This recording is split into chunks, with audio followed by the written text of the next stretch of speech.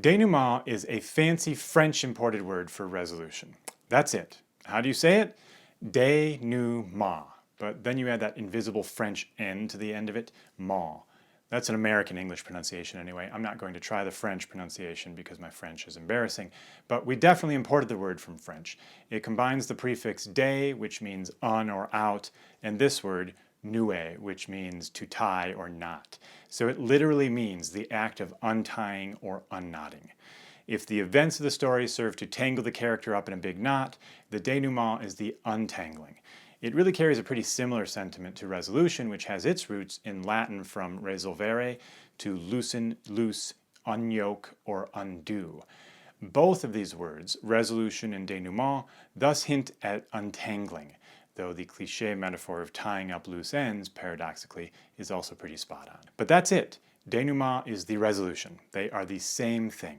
They are the part of the story after the big final confrontation or climax. In the denouement, the new state of the character or the new world of the story is evident. It is the dramatization of the way the events of the story have left our characters by the end.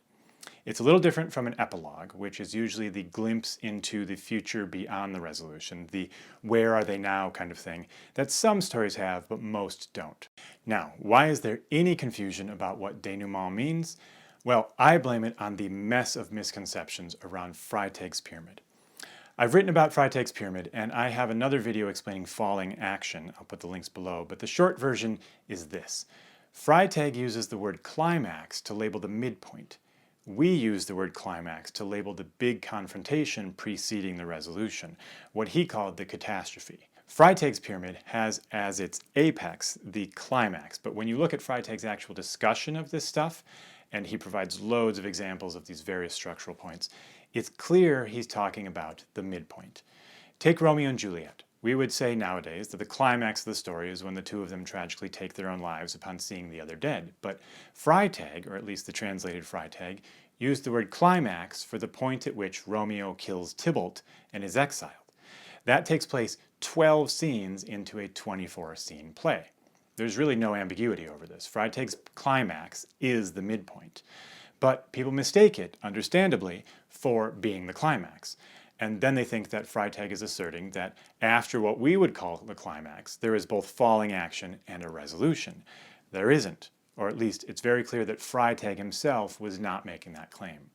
In fact, the last structural component he labels is the catastrophe. He doesn't have resolution or denouement in any diagram of his structure at all. I think he sees the catastrophe, again, what we would call the climax, as being pretty much the end. Now, is there any argument to be made that after the climax, in the modern sense, that there is more than just the denouement or resolution? Is there a coming down from the climax and then a resolution?